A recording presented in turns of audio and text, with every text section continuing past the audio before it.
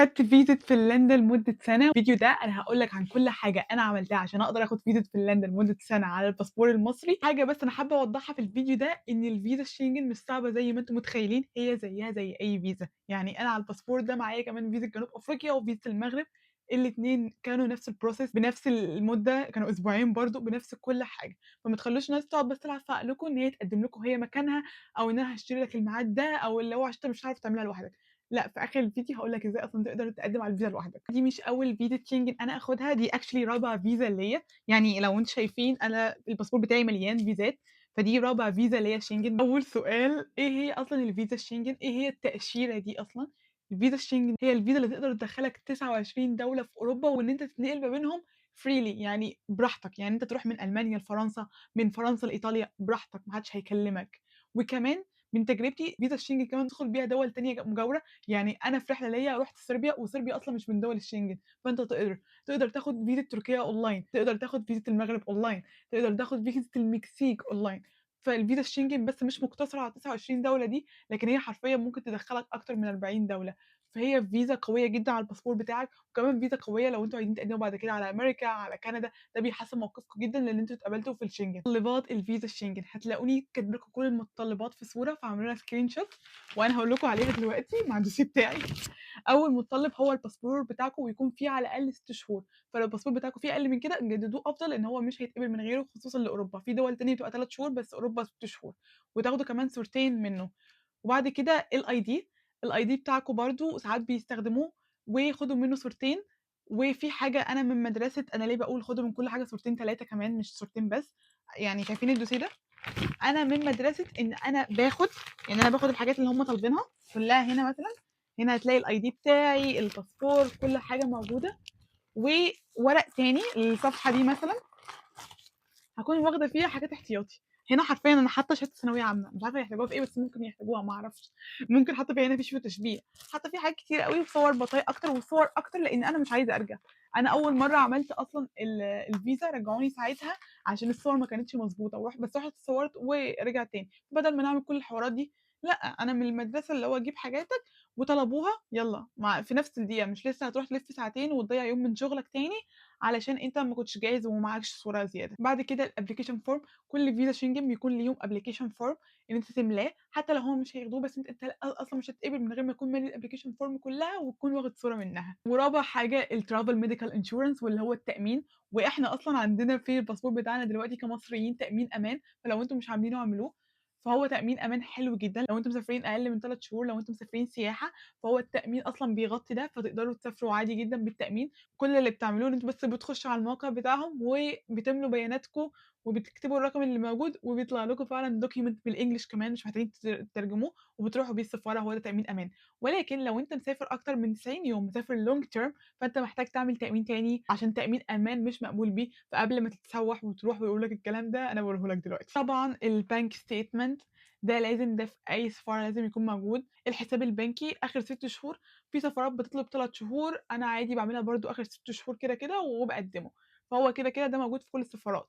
نصيحتي بالنسبة للحساب البنكي ما تعملش إيداعات غير منطقية قبل ما تقدّم على طول، ولكن قبل ما تقدّموا ب6، 7 شهور خليكم مركّزين قبلها بسنة كمان إن أنتم بتدفعوا أي حاجة. رايح السوبر ماركت مثلًا، ادفع أنت، ادفع بالفيزا بدل ما تدفع كاش. وأنتِ في البنزينة ادفعي برضه فيزا. وهكذا. خلّيكِ عاقلة كده عشان لو حطيتِ مثلًا 100,000 قبلها هُم بياخدوا بالهم، وبالنسبة لها الحركة دي red flag، فبلاش نعملها من قبلها. يعني نحط الفلوس من قبلها. طبعًا الصورة، الصور دي مهمة أوي. أول مرّة أصلًا وأنا رايحة باقدّم في بولندا، كانت الصورة كان الراجل مصورها لي غلط، لإن أنا قُلت له رايحة السفارة 3:30 في 4:30، بس صورها لي برضه غلط. ورُحت اتصورت تاني في الزمالك ورجعت، فهي 3:30 في 4:30. وساعتها روحوا لحد فعلًا بيكون فاهم إن هو بيصور صور شنجن. بس من الexperience بتاعتي في TLS وVFS هُم كمان بيصوروكم، وهُم بيحطّوا الصور دي. يعني أنا مش عارفة الصور دي أنا جايباها ليه، بس هُم كانوا بيصوروني هناك حرفيًا فيزا فنلندا بالصورة اللي هو مصورها لي، مش بالصورة دي. الrequirement اللي بعد كده proof of accommodation. أنت هتكون ساكن فين في الرحلة بتاعتك. مثلًا أنتِ عاملة رحلة ألمانيا، فرنسا، إيطاليا، فأنتِ هتكوني فين في ألمانيا، خصوصًا بس أول رحلة حتى، لو أنتِ عايزة فيزا من ألمانيا، فأنتِ مثلًا لازم تجيبي booking من ألمانيا، ممكن مش لازم يكون confirm، مش لازم تكوني دافعة فلوسه، ممكن يكون من booking.com، من أي حاجة. قولوا لي في الكومنتات لو عايزين نعمل لكم فيديو مخصص إزاي ممكن تعملوا حاجة زي دي، وإيه هو أصلًا السكن الأمان والسكن اللي فعلًا هيمشي مع البادجت بتاعتكم. ولكن الproof of accommodation لو أنتم مسافرين منحة، لو أنتم مسافرين شغل وهُم هيوفروا لكم الaccommodation، ساعتها بيكون في الletter كاتبين العنوان بالضبط، بس لازم يكون العنوان مكتوب. لو أنتم بقى مسافرين سياحة، لو أنتم مسافرين business، لو أنتم مسافرين منحة، لازم العنوان بيكون موجود، ولازم تقدموا الورقة دي، مش هتتقبلوا من غيرها، في أي نوع فيزا مش هتتقبلوا من غيرها. إيه الrequirement اللي بعد كده؟ وهي تذاكر الطيران، وفي ناس كتيرة أوي بتسأل عليها، أنا مش عارفة أعملها إزاي، ولكن أنا 4 فيَّز، وال4 فيَّز أنا ما كنتش عاملة فيهم تذاكر الطيران confirmed، يعني ما كنتش دافعة حسابهم على الإطلاق. أنا قبل ما أقدّم، عشان أنا ما أعرفش الفيزا تتقبل والّا لأ، فهو مش منطقي إن أنا أدفع تذاكر طيران وما حدش بيعمل كده، فأنا باكون مقدّمة تذاكر طيران لسه مؤقتة، وباتقبل فيها فعلًا، وعمر ما حد اتكلم، وعلى طول الفيزا بتاعتي كانت بتتقبل. لو عايزين برضه قولوا لي في الكومنتات، وهاشرح لكم أكتر عن تذاكر الطيران وإزاي ممكن تعملوها. لو أنتم موظفين أو لو أنتم طلاب في الجامعة، في letter هتجيبوها، يعني لو أنتم موظفين هتجيبوا HR letter، لو أنتم في الجامعة هتجيبوا إثبات قيد، والاتنين سهلين جدًا. لو أنتم في الجامعة هتروح بس الشؤون وتجيبوا إثبات قيد، وتقولوا لهم لو ينفع بالEnglish، لو ينفع عندكم في الجامعة بالEnglish يبقى كويس أوي، لو ما ينفعش بتاخدوه وبتترجموه. ما فيش سفارة شنجن على الإطلاق في أوروبا بتقبل أي ورق بالعربي، لازم الورق يترجم يا إنجليزي يا لدولة البلد. أنا على طول بافضّل إن هو يبقى إنجليزي عشان يتقبل، عشان يبقى في كل السفارات لو حصل أي حاجة يبقى معايا الورق أحسن بالإنجليزي. ولو أنتم موظفين فالHR letter وهو عارف هو بيعمل إيه هيختمها لكم. الطلب اللي بعد كده ده لو أنتم مسافرين business، أو لو أنتم مسافرين تطوع، لو أنتم مسافرين منحة، مسافرين شغل، مسافرين أي حاجة، invitation letter. أو لو أنتم مسافرين حتى زيارة لحد، المفروض هو بيكون برضه بيعمل لكم الletter دي invitation letter، أو والcontract كمان. يعني أنا لمّا باسافر مع الEuropean Solidarity Corps بارفق الinvitation letter، وبارفق الcontract اللي هو عالية جاية عشان المشروع ده، هي مولودة فين، هي سنها كام، وبيكتبوا تاريخ ميلادي، بيكتبوا رقم الباسبور، بيكتبوا كل حاجة، فهو ده للسفارة عشان تعرف. وكمان بيكتبوا العنوان، عشان كده باقول لكم العنوان مهم أوي، ده هيبقى مموّل بالكامل، ده مش هيبقى مموّل بالكامل، هندفع لهم إيه، وهكذا. لازم يكون ده موجود. وده على فكرة الinvitation letter ده يخلّيكم تقدّموا على visa business، يعني أنا على طول باقدّم على visa business، مش باقدّم على فيزا سياحة، أنا باقدّم short term visa business مع الprograms اللي باطلع بيها، مع الconferences، أو لو تبع شغلي باقدّم على كده. ولكن لو أنا مقدّمة سياحة باروح عادي فيزا سياحة، لو زيارة فيزا زيارة. فركّزوا أوي أنواع الفيزا، وهاكلّمكم برضه في الفيديو عن أنواع الفيزا وإزاي تقدّموا على إيه، لإن أنا في الفيديو ده هاشرح لكم كل حاجة. وأخيرًا الvisa fees والoffice fees، اللي هي الفلوس السفارة اللي هتاخدها، هي 90€ دلوقتي. والمكاتب لو أنتم بتقدّموا على TLS، VFS، أعتقد اسمه BLS برضه، وأي مكتب، أي مكتب من المكاتب اللي تابعة للسفارات اللي هم أغلبهم، أنتم محتاجين تدفعوا كمان office fees، واللي هي بتبقى من 20 ل30€ من تجربتي. هتلاقي كل حاجة على السفارات، أنتم مثلًا على ألمانيا هتلاقوا كل حاجة في TLS وسفارة ألمانيا برضه، فاقرأوا قبل ما تقدّموا، لازم تكونوا محضّرين الفلوس دي. وخدوا بالكم عشان TLS مثلًا بتقبل كاش بس، VFS عادي كاش أو فيزا، بس بيقبلوا بالمصري بس، فلو معاكم دولار أو يورو مش هياخدوهم. فيزا بولندا مثلًا بتقبل بالدولار بس، فهكذا. فكل سفارة ليها حاجة معيّنة. ليه أنا مبسوطة إن أنا خدت فيزا فنلندا لمدة سنة؟ لإن هي حوارات كتيرة، مواضيع كتيرة، وبجد بنضيّع وقت ومجهود وفلوس على الورق ده. فأنا لمّا باخدها سَنة، لمّا خدتها سَنة أنا انبسطت أوي، لإن أنا واخداها سَنة مثلًا من السنة اللي فاتت لحد دلوقتي. أنا ممكن دلوقتي أحجز طيارة لإيطاليا، بس كده. بجد أنا مش متخيّلة الprivilege دي، مش متخيّلة إن دي تبقى حياتي عادي، مش إن أنا أفضل أقعد أعمل الفيزا كل شوية أقعد أعملها. أنا كل مرّة بانسى أنا باعمل فيزا شنجن إزاي، بس بجد بتبقى فترة صعبة إن أنت أصلًا تدوّر على ميعاد إزاي. plus بقى في requirements في المتطلبات الفيزا، لو أنتم موظفين فأنتم محتاجين تجيبوا كشف مرتب، برضه بتجيبوه من الHR، إن هو المرتب بتاعكم بيبقى قد إيه وبينزل على حسابكم. ولو أنتم صحاب الشغل، يعني لو أنتم عندكم الbusiness بتاعكم، فبتجيبوا الtax card. فلو أنتم أصحاب business أو أنتم شغالين لنفسكم freelance مثلًا، ده برضه بتجيبوه. وطبعًا لازم كل الأوراق دي تبقى مترجمة English. وفي حاجات تانية أنتم ممكن تقدّموها، بس أنا ما باحبش أأفور وأنا باقدّم على فيزا الشنجن، مش باحب أأفور.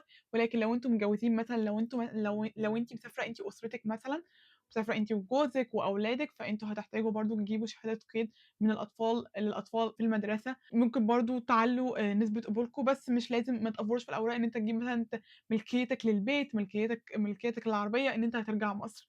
أنا بالنسبة لي أصلًا إن أنا كنت طالبة ده كان حاجة معلّية نسبة قبولي، إن أنا لازم أرجع مصر، لازم أكمّل دراستي في مصر. فهي دي حاجة برضه كانت بتعلّي نسبة القبول، عشان في ناس مفكّرة إن هي لمّا تبقى طالبة هُم مش هيقبلوهم على الإطلاق، ده أصلًا بيسهّل لنا، لإن إحنا معروف إن إحنا أصلًا عايزين نرجع للدراسة في مصر. لو أنتم برضه ولد وفي الجيش، أنت محتاج تجيب شهادة تجنيد، اللي هو أنت مش مطلوب دلوقتي في الجيش، دي حاجة أنت محتاج تجيبها عشان ما ترجعش، عشان أصلًا مش هتقدر تسافر حتى من غيرها، حتى لو اتقبلت في السفارة وأنت عليك جيش، أنت مش هتقدر تسافر في المطار من غيرها. تاني لازم كل حاجة تكون مترجمة للإنجليش، ما تاخدوش أي ورق عربي، ولو في document معاكم بالعربي بتترجموه ترجمة عند حد مُعتمد، مش أنت اللي بتترجمه، لازم يكون برضه مختوم. أنواع فيزا الشنجن، الفيزا الشنجن بتتقسم لنوعين long term اللي هو لمدة طويلة، والshort term اللي هو لمدة قصيرة، واللي أنا كنت باتكلم عليه أصلًا في الفيديو. الlong term ده لو أنتم مسافرين شغل، مسافرين project أكتر من 3 شهور، مسافرين أي حاجة أكتر من 90 يوم، ده يعتبر long term، وهتكونوا محتاجين تجيبوا له تأمين تاني غير أمان، وفي الأغلب بيبقى نفس الورق. لو أنتم مثلًا مسافرين دراسة، مسافرين شغل أو أي حاجة، بيجيبوا بس الinvitation letter من المؤسسة اللي هناك، أو هو ده برضه بتتقبلوا، وممكن ساعات كمان بتقدموا في السفارة، مش بتقدموا في المكاتب نفسها. الshort term بقى اللي هو الtype C، الlong term بيكون type D، الshort term type C اللي أنا كنت باتكلم عنه، ده بينقسم تحته السياحة، لو أنتم مسافرين programs، مسافرين حتى دراسة، أي حاجة أقل من 90 يوم بتنقسم تحت الshort term و type C Schengen visa. أنتم لازم لو أنت مثلًا بتقدم على TLS أو VFS وشُفتوا الwebsite بتاعهم عامل إزاي، لو أنتم رايحين business غير لو أنتم رايحين سياحة، غير لو أنتم رايحين زيارة. لو مثلًا ما فيش مواعيد في الفيزا السياحية، وأنت قررت إن أنت تقدم business وأنت أصلًا معاكش invitation letter، الميعاد بتاعك هيتلغي، هتروح هناك والميعاد بتاعك هيتلغي، لإن الفيزا الbusiness دي معمولة للناس اللي معاها invitation letter فعلًا، ورايحين هناك بهدف الbusiness. لكن لو أنت عايز تروح سياحة، فأنت لازم تستنى في ميعاد السياحة، وهتلاقي ده موجود على الwebsite بتاعهم أصلًا. كذلك برضه في فيزة الزيارة، فأنتم لازم تقدموا على النوع المخصص ليكم، ما تقدموش على نوع تاني. كذلك برضه لو أنت business ما ينفعش تقدم على سياحة. تجربتي الشخصية في الفيزا الشنجن، أنا بدأت آخد فيزا شنجن من وأنا عندي 19 سنة، ودلوقتي وأنا عندي 23 سنة، يعني حرفيًا كنت باقدم كل سنة على الفيزا الشنجن. أنا على طول من مدرسة إن أنا باقدّم على program أو project أو conference وباتقبل فيهم، وبعد كده باروح سياحة، يعني بعد ما أخلّص الproject بتاعي باقوم بقى رايحة سياحة، أقعد أسبوع، أسبوعين باشوف البلد وباشوف بلاد كمان جنبها، زي ما عملت في فنلندا آخر مرّة، كنت رايحة في project وبعد كده رُحت لفّيت فنلندا ورُحت إستونيا ورُحت السويد فعلًا، ورجعت بعدها على مصر. لكن مش لازم تكونوا كلّكم من نفس المدرسة بتاعتي، عادي أنت ممكن تكون مسافر لهدف السياحة، بهدف زيارة أو business بس وترجعوا عادي. أنا تجربتي إن أنا بدأت في بولندا وأنا عندي 19 سَنة بفيزا تطوُّع عادي جدًا، كان ساعتها شهرين، وحرفيًا أنا خدتها على الشهرين دول، عشان كده أنا باقول لكم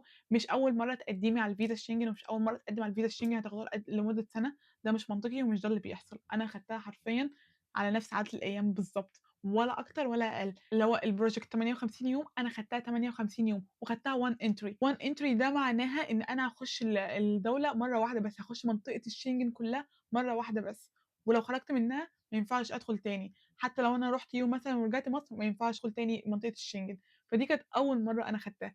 تاني مرّة أنا خدتها من فرنسا، كان عندي برضه project هناك، فأنا خدتها من فرنسا، ولكن المرّة دي أنا خدتها 90 يوم، خدتها 3 شهور، وده من غير ما أعمل cover letter الكلام ده كان في 2023 ساعتها، فأنا خدتها من فرنسا وكانت multi، يعني أنا كانت أول مرّة في حياتي متعددة الدخول ده اللي هو الفيزا الmulti، إن أنت ممكن تخرج وتطلع من منطقة الشنجن زي ما أنت بتحب في عدد الأيام، فهُم مدّيني الفيزا مثلًا 90 يوم من شهر 6 لشهر 9، فأنا في ال3 شهور دول أنا هاقعد 90 يوم هادخل وأخرج، يعني أنا ممكن أروح مصر أسبوع وأرجع تاني فرنسا، فعادي جدًا، فأنا فعلًا عملت ده وقعدت ساعتها شهرين في فرنسا، ولمّا رجعت مصر جالي conference في التشيك، وأنا ساعتها ما كنتش محتاجة فيزا عشان كان معايا الفيزا، ورُحت ورجعت عادي جدًا وما حصليش أي مشاكل ولا كلموني في المطار ولا أي حد قال لي أي حاجة. وفي 2024 أنا قدّمت على conference business بقى، قدّمت على ألمانيا ساعتها، وساعتها كانت أول مرّة أعمل الcover letter، وفعلًا ادّوني الفيزا لمدة 6 شهور المرّة دي، فأنا خدتها من شهر ساعتها 9 أنا فاكرة لحد شهر 3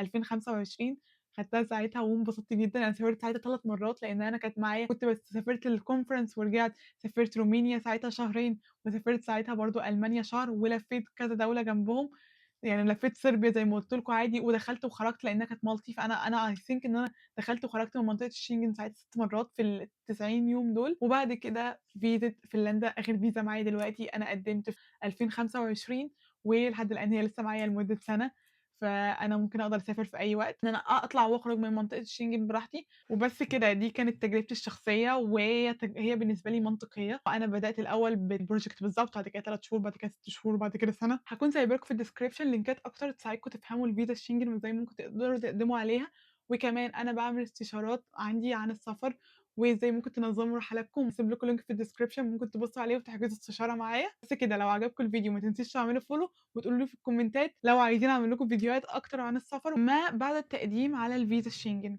بعد ما بتقدموا على الفيزا الشنجن أنتم المفروض على الأقل بتستنى أسبوعين لشهر ونص على الرد. في الexperience بتاعتي الaverage فعلًا أسبوعين، يعني أنا آخر مرة خدتها في فنلندا في أسبوعين، من ألمانيا في أسبوعين، فرنسا خدتها في أسبوع، بولندا برضه كانت أسبوعين. فالaverage time هو أسبوعين، ممكن تكتر وممكن تقل. يعني فرنسا في ناس كتيرة على حسب برضه ميعاد سفركم إمتى. فرنسا الصراحة كانت سفارة محترمة يعني وادّتني بدري عشان كان ميعاد سفري قرّب، عشان ما كانش في مواعيد ساعتها، ما كنتش عارفة أعمل إيه. وطبعًا لو أنتم مقدمين long term، لو أنتم مقدمين لمدة طويلة مثلًا دراسة سنة أو شغل، ممكن تطوّل كمان أكتر من شهرين، فما تقلقش. السؤال اللي بييجي لي على طول، إزاي يا عالية بتلاقي ميعاد؟ إزاي بالاقي ميعاد للفيزا الشنجن؟ لو أنتم أول ما قدمتوش قبل كده، فهو للأسف الشديد المواعيد في الأغلب ما بتكونش موجودة، وبتكون مش شارياها شركات. يعني في حوارات كتيرة أوي، في حوارات كتيرة أوي على المواعيد.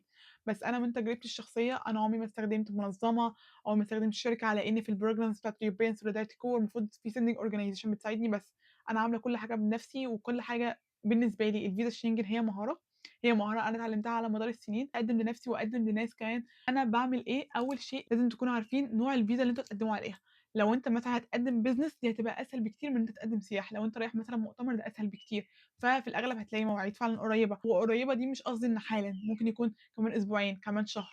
برضه إن أنا باشوف أماكن مختلفة، يعني TLS مثلًا عندهم في التجمع الخامس وعندهم في الشيخ زايد، ما لقيتش هنا هاشوف هنا. في ساعات كمان بيقبلوا إن أنتم تروحوا إسكندرية، فجربوا. في ناس حرفيًا كانت بتروح TLS اللي في الغردقة.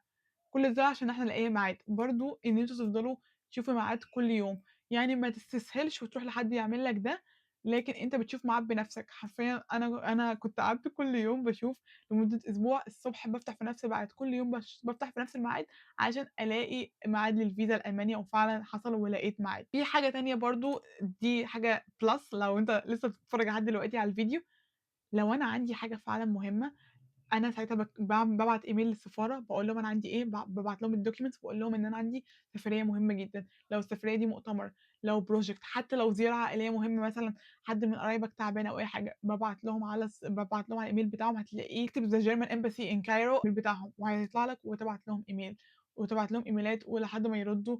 وساعتها لو هم وافقوا فعلًا بيخلّوا حد يتكلم معاك من المكتب وبيدّوك ميعاد. محاولة ممكن تعملوها لو فعلًا عندكم حاجة مهمة. نصيحة عامة، حاولوا تقدموا قبلها بشهرين، يعني لو عندكم مثلًا سفرية كمان شهرين، عارفين إن أنتم اتقابلتوا في project، اتقابلتوا في حاجة، على الأقل شهرين.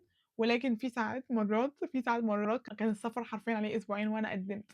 فأنا باخد الrisk عادي، يعني أنا باخد الrisk عادي، ولو حصلت تمام، ما حصلتش على الأقل جرّبت. ده على طول كلمتي المفضلة، على الأقل أنا جرّبت، وفعلًا الفيزا بتاعتي اتقبلت. بس كده، أتمنى الفيديو يكون فادكم فعلًا، وإزاي أصلًا تقدموا على الفيزا الشنجن. قولوا لي في الكومنتات لو عندكم أي سؤال عن الفيزا الشنجن، وقولوا لي كمان لو عايزيني أعمل لكم محتوى أكتر عن السفر، وأقول لكم أنا إزاي كنت باسافر لوحدي، وإزاي بplan my trip. مسافرين على طول. باي باي.